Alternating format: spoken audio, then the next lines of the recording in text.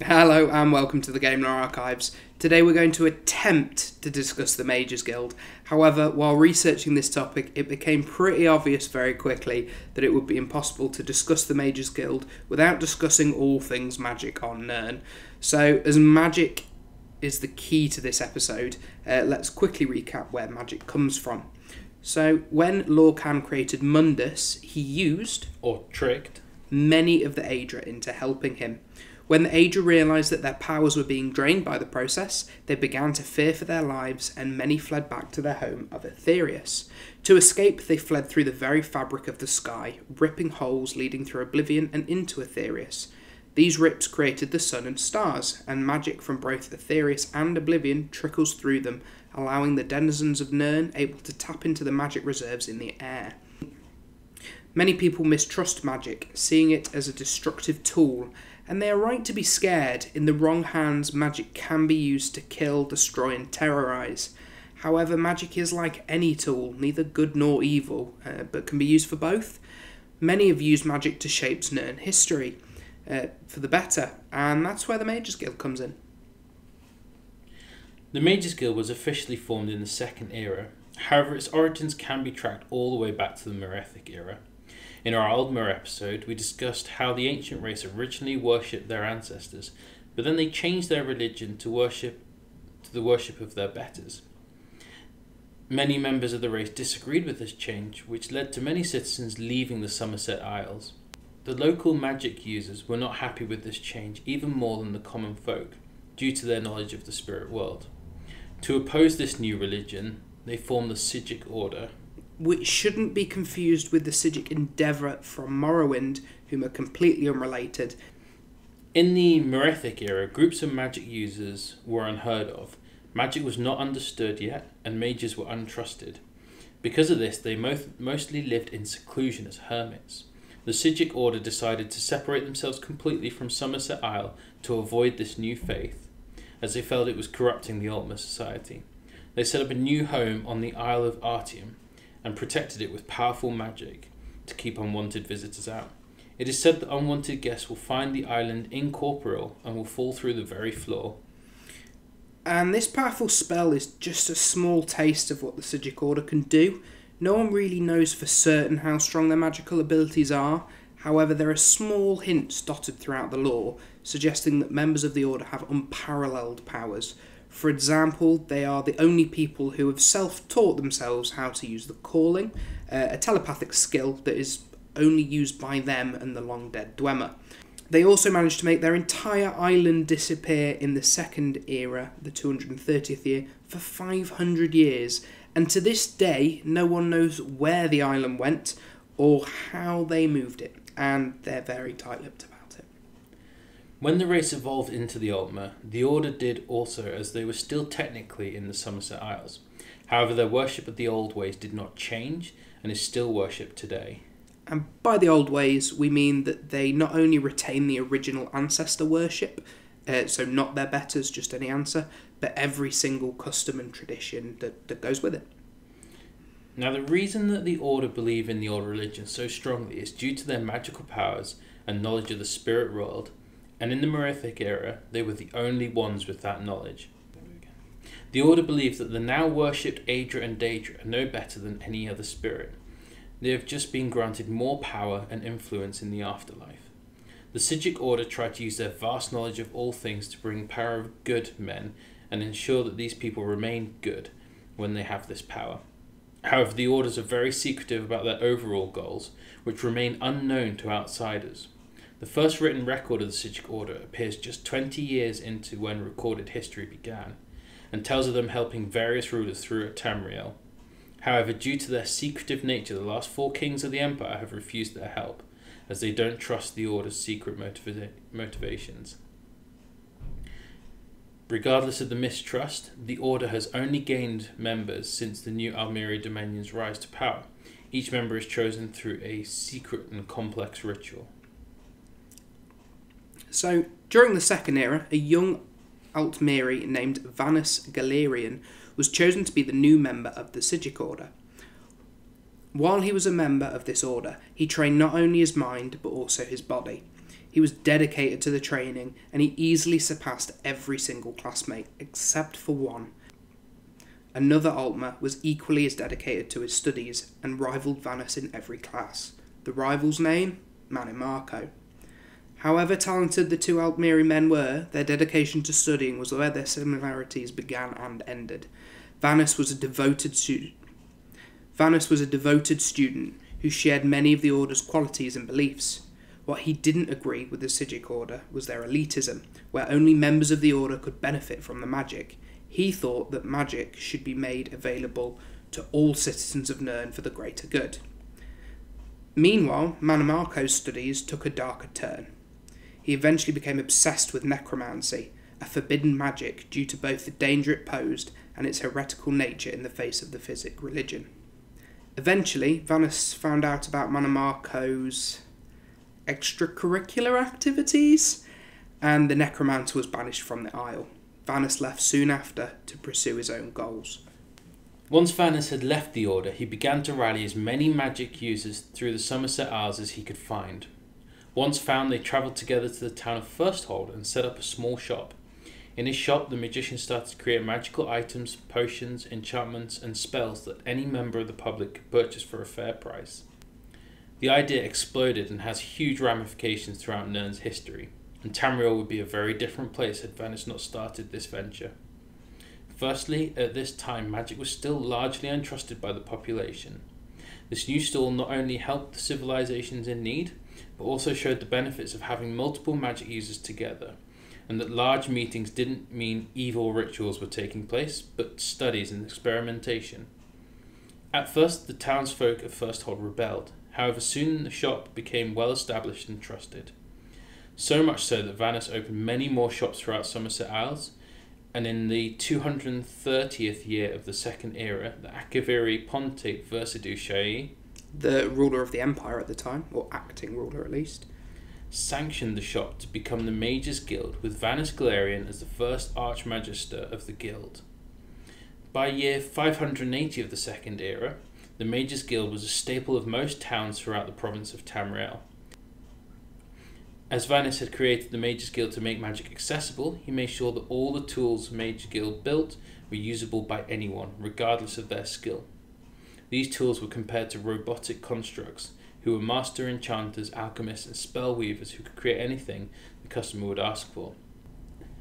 However, by allowing everyone to buy anything, various issues did occur. To stop these issues occurring, Vanus then destroyed the old tools and created the tools that are used today. These tools remain incredibly easy to use, but still require the people using them to know what they're doing. So, while the Mages Guild grew and spread throughout Tamriel, Manimarco also grew in power and influence, and while mages were joining the guild, in contrast, necromancers were joining Manimarco's cause. While these followers collected deadly artifacts and poisons, Manimarco gained Varan Aquilios's trust.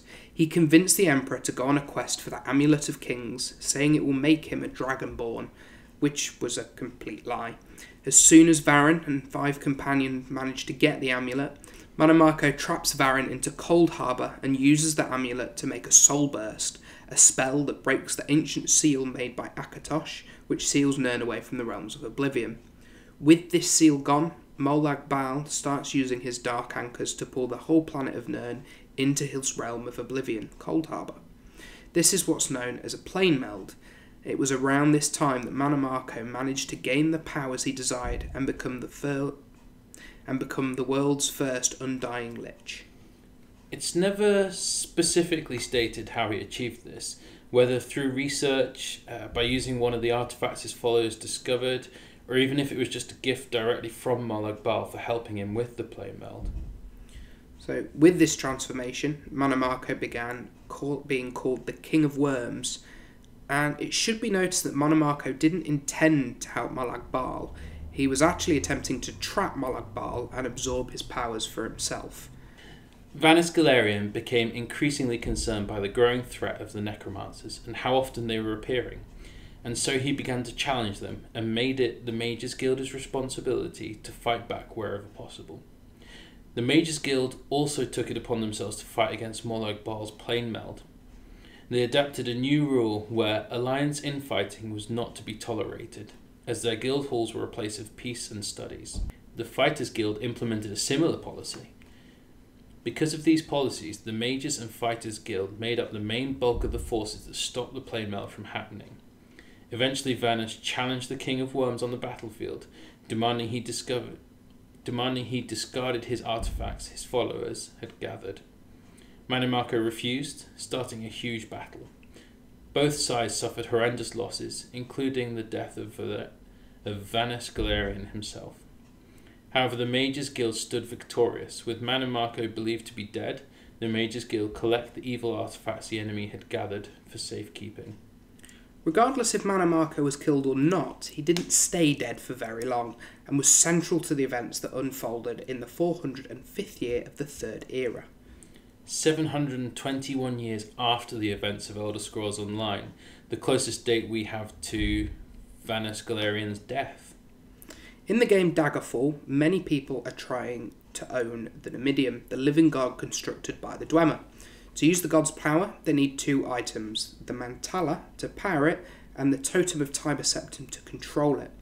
Regardless of who you choose to side with in-game, once the Numidium activates, a dragon break occurs, and all of the people that you could have sided with all gain the Numidium's powers simultaneously. So Mannimarco is one of these people, and so because of this dragon break, got his powers, and used the powers to ascend to Aetherius to become a living god, the god of worms. Mannimarco then split himself into two separate beings. One version of himself fell back to Nirn as the mortal Mannimarco, king of worms, losing his godlike powers but keeping the lich ones, and his second self remained in Aetherius as the god of worms. Mannimarco, the mortal one, then founded the Order of the Black Rose, or the Order of the Worm, while his god equivalent protected the Order from the Aedra's interference. The Order led an attack on the Mages Guild during the Oblivion Crisis, and destroyed the Bruma Guild Hall. The Archmaster of the Mages Guild at the time, named Hannibal Tavern, sacrificed himself to allow the Champion of Cyrodiil to defeat the mortal Monarcho once and for all. The champion became the leader of the Mages Guild as a reward. However, Mannimarco still does remain as a god, so he may never be truly killed, and he might just be able to split himself again and do another one, or we don't know the extent of his powers now. In recent times, the popularity of the Mages Guild is on decline massively. At the end of the Third Era, the Mythic Dawn cult revealed themselves. The cult was made up of mages and necromancers and brought about the Oblivion Crisis, which resulted in devastation across every province except Black Marsh. The denizens of Nirn began to realise how dangerous magic could be, regardless of its uses, so started to mistrust all magic, as their ancient ancestors had done in the Merethic era. This view is even worse in the province of Skyrim due to the Great Collapse. The Mages Guild was never established in Skyrim, so the region's magicians gather at the College of Whispers. In the beginning of the Fourth Era, year 122, a natural disaster occurred, causing the city to collapse into the sea. Most of the city was destroyed and the population was decimated. However, the college remained untouched, even as the ground around it collapsed. Most likely, this collapse was brought on by the Red Mountains eruption, with ancient magic shielding the college grounds. However, the citizens of Skyrim had started to blame the collapse on the college, and by the time the dragons started appearing, magic is downright hated by most of the citizens of the freezing province. Due to the events of Skyrim, we didn't really have a reason to mistrust the college's opinion of this as a player. However, everything in-game pointed to the collapse happening due to the Red Mountains eruption, and a note to the High King from the college was reminding him of just how much the good the College of Whispers had done for Skyrim and the survivors of Windhelm once the collapse had happened, which is fair. And the Mages Guild from the previous games are also full of good, hard-working wizards that's helped. However, there might be some truth in the claims that this wasn't natural.